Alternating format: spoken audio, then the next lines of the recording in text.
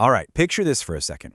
There's a retirement party going on right now in a boring conference room on the third floor of some office building you've probably driven past a million times. You know the vibe, right? The fluorescent lights are buzzing, somebody grabbed a sheet cake from the local grocery store. It's a party for two colleagues, Leonard and Russell. Now, these guys work at the same company, in the exact same department with the exact same title. For 20 solid years, they've sat literally side by side, both pulling in a $73,000 a year salary. They even carpooled together for 11 of those years. So today, Russell is 62, Leonard is 63, and they are finally calling it quits. But here is where this explainer takes a really sharp, almost impossible turn. Russell has about $91,000 sitting in his retirement account. He's stressed out, he's already running the numbers in his head, wondering if maybe he should have roughed it out for 3 more years. Leonard, on the other hand, well, Leonard has $1.4 million. He hasn't even looked at the numbers in years. And here's the absolute kicker.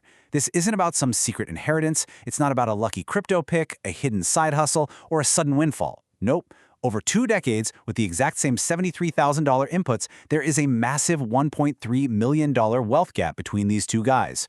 Why? Because Leonard was operating on an entirely invisible system.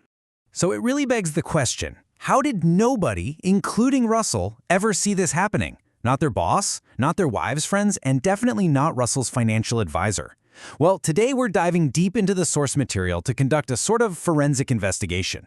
We're going to uncover the 7 invisible, totally counterintuitive habits that Leonard used and that Russell just completely missed. Let's kick things off with habits 1 and 2, the invisible income trap. The material highlights the very first major fork in their paths. You see, Russell spent 17 years obsessively optimizing his income. He negotiated every single raise, picked up overtime, he even jumped apartments twice just for a little pay bump. And hey, by year 12, Russell was actually earning $4,000 more a year than Leonard.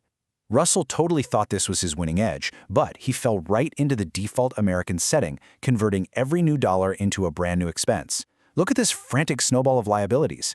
Every time he got a raise, his lifestyle just got bigger. A new SUV lease for $389 a month, a bigger house 12 minutes further away, tacking on $412 to his mortgage, a $49 gym membership he literally never used. He was turning income into lifestyle at a strict 1-to-1 ratio. Now let's look at Leonard. When Leonard got a raise, let's say his salary bumped from $58K to $63K, he didn't change a single thing.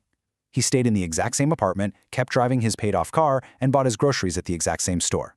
He took that $5,000 raise, which is about $417 a month, and just silently pushed it straight into an automatic transfer. He fed it right into the machine, completely removing that decision from his day-to-day life. And that one single, quiet behavioral shift, it results in this incredibly powerful metric, 31%. By year 15, Leonard's capture rate, which is the percentage of his income flowing directly into his wealth-building system instead of his lifestyle, was an astonishing 31%. Russell's capture rate, a measly 4%. All right, moving right along to habit number 3, the cost of looking rich. What Leonard figured out early on is that looking incredibly ordinary is actually a massive structural advantage. I mean, he lived in a 1,200 square foot house built in 1987, had a clean but totally unlandscaped lawn, a paid-off car, and, a pretty dated kitchen. Meanwhile, Russell lived in a sprawling 2,200 square foot house with a home equity line of credit strapped right to it. The text calls these visible wealth leaks. Russell actually tapped into his equity twice, once for a $19,000 kitchen remodel and again for an $11,000 deck. Now, from the street, Russell looked way more successful than Leonard. But if you look at their balance sheets, Leonard was worth 15 times more. Every single upgrade you make that other people can see creates a brand new baseline, and those baselines, they do not move backward. A fancy neighborhood sets a standard of living that only flexes up, never down. Russell's visible wealth leaks permanently destroyed his ability to compound his money because the cost of signaling success is a permanent one. Which brings us to habit 4, silence is a shield. Think about this. Over 20 years of carpooling together, Russell never once heard Leonard mention an interest rate or a financial goal. Leonard basically existed in a total financial vacuum. Russell, though, he talked about money constantly. The source text makes this really fascinating observation. Every financial conversation creates a social expectation. For Russell, exposure was literally his worst enemy. He'd mention an equity line, and suddenly a coworker is pressuring him to use their favorite contractor. He'd bring up rental properties, and someone from the accounting department would start emailing him real estate listings. Russell built this whole social infrastructure around himself that pressured him into making bigger, faster financial decisions. But Leonard's silence, it acted as this impenetrable shield against the absolute most powerful force in American spending, other people's opinions. Okay, here's habit 5. Automate and stop watching. The ultimate test of these two totally different approaches came crashing down on them during the 2008 financial crisis. So, both guys started investing back in 1998. Fast forward to 2008, and the market just tanks. Russell was losing his mind. He's watching his numbers plummet for 3 straight weeks, reading all these terrifying headlines about the next Great Depression, furiously checking his portfolio on his lunch breaks. Finally, in October, he logs in and panic sells the whole lot. He sits in cash for 9 months, completely missing the 14% recovery. But what about Leonard? Well, Leonard's account dropped 37% on paper, sure, but he didn't even log in. He didn't sell a thing. He didn't call his broker. On October 15, 2008, his totally blind, automatic $412 transfer executed just like it did every single month, quietly scooping up shares at the absolute lowest prices of the entire decade. He didn't even know he was doing it. I really want to pause and just let this realization sink in for a second. Attention is not the same as progress. The account that grows the most is the one nobody touches. Leonard didn't beat the market because he was a genius or because he subscribed to the right financial newsletters. He beat it by completely removing his own attention from the process. Panic is a transaction, guys, and transactions have costs. Which leads us perfectly right into habit 6, the price of yes. We have this huge cultural myth, totally driven by hustle culture media, that wealth comes from seizing every single opportunity and being super bold. But the source material argues the exact opposite when it comes to these quiet millionaires. Let's just tally up Russell's activity costs, shall we?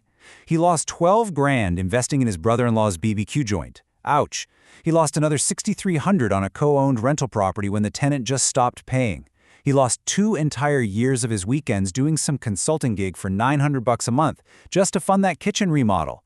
Every single time he said yes, it drained his wealth-building system. And get this, Leonard was offered all these exact same deals, but Leonard quietly said no to all of them without overthinking it, just to protect his weekends and his peace of mind.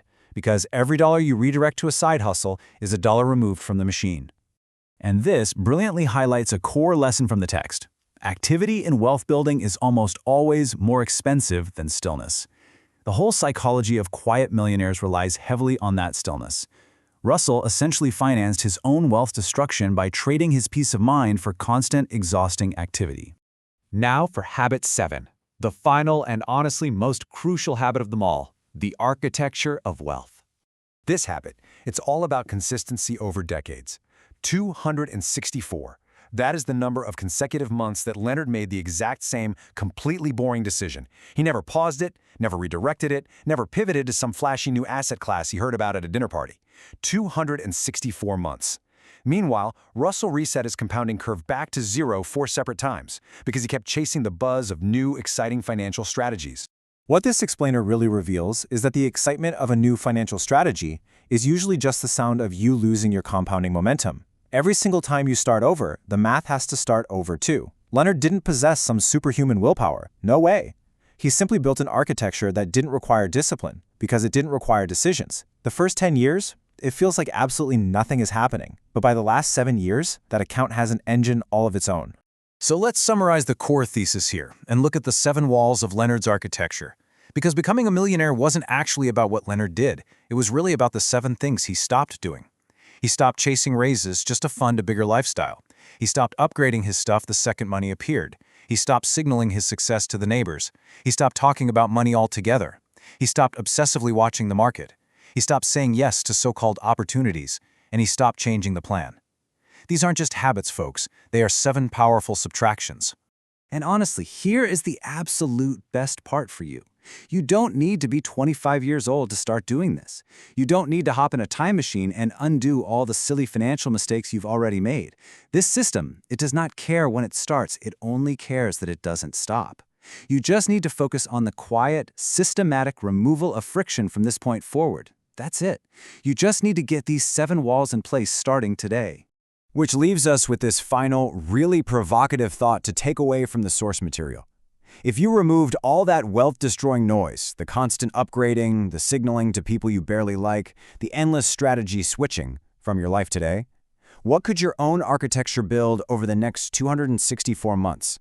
It's a seriously powerful question, and the answer is entirely up to you. Thanks so much for joining me on this explainer, and I really hope this helps you go out and build your very own invisible system.